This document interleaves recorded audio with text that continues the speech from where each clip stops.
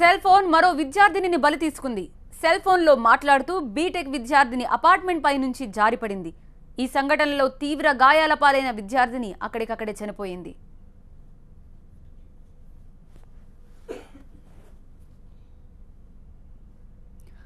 ఒంగోలు పట్టణం భాగ్యలక్ష్మి నగర్లోని మహాలక్ష్మి రెసిడెన్సీలో విషాదం చోటు చేసుకుంది. త్రిపుర అనే బీటెక్ విద్యార్థిని ఇటీవల ఇంజనీరింగ్ కోర్స్ పూర్తి చేసింది. క్యాంపస్ సెలక్షన్లో ఉద్యోగం కూడా వచ్చింది.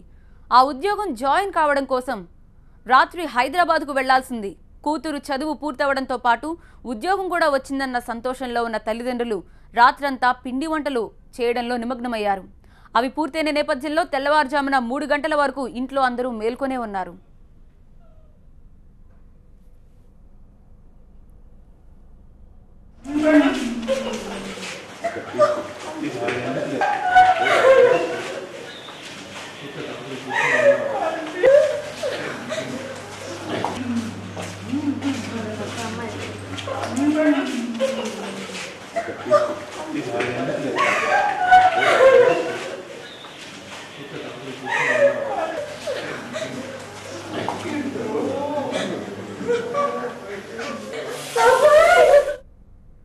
అదే సమయంలో త్రిపురకు స్నేహితుల నుంచి ఫోన్లు వస్తుండడం, సిగ్నల్ సరిగా లేకపోవడంతో వారితో మాట్లాడడానికి బిల్డింగ్ పైకెక్కింది.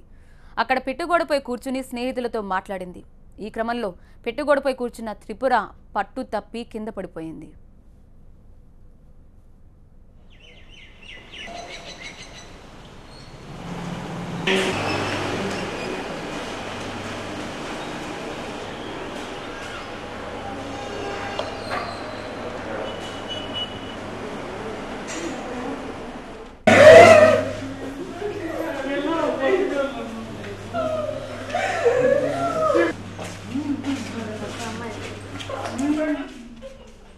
ఐదో అంతస్తు నుంచి 1వ అంతస్తుపై పట్టడంతో తలకు తీవ్ర గాయమై అక్కడికక్కడే చనిపోయింది ఆమె. ఒక్కసారిగా శబ్దం రావడంతో తల్లిదండ్రులు, కుటుంబ సభ్యులు వచ్చేలోపే త్రిపుర రక్తపు మడుగులో పడి ఉంది.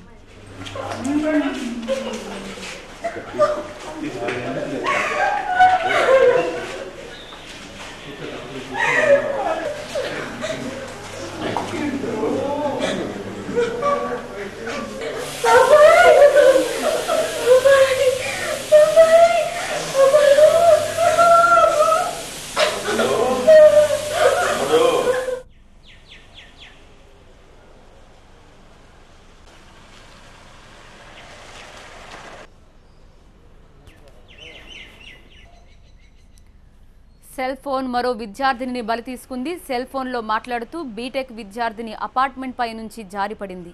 ఈ సంఘటనతో తీవ్ర గాయాల పాలైన విద్యార్థిని అక్కడికక్కడే చనిపోయింది. ఒంగోలు పట్టణం భాగ్యలక్ష్మి నగర్లోని మహాలక్ష్మి రెసిడెన్సీలో విషాదం చోటు చేసుకుంది. త్రిపుర అనే బీటెక్ విద్యార్థిని ఇటీవల ఇంజనీరింగ్ కోర్స్ పూర్తి చేసింది. క్యాంపస్ సెలక్షన్లో ఉద్యోగం కూడా సంపాదించింది. ఆ ఉద్యోగం జాయిన్ కావడం కోసం ఈ రోజు రాత్రి హైదరాబాద్కు వెళ్లాల్సింది.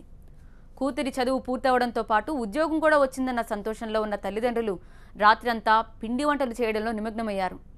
అవి పూర్తయిన తర్వాత తెల్లవారుజామున 3 గంటల వరకు ఇంట్లో అందరూ మేల్కొనే ఉన్నారు.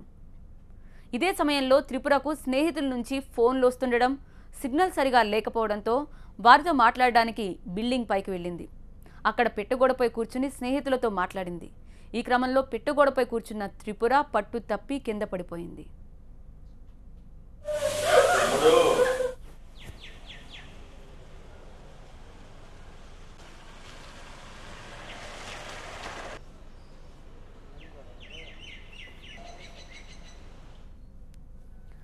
ఐదో అంతస్తు నుంచి కిందకు పడిపోవడంతో తలకు తీవ్ర గాయమై అక్కడికక్కడే చనిపోయింది త్రిపుర. ఒక్కసారిగా పెద్ద శబ్దం రావడంతో తల్లిదండ్రులు, కుటుంబ సభ్యులు వచ్చేలోపే త్రిపుర రక్తపు మడుగులో పడి ఉంది.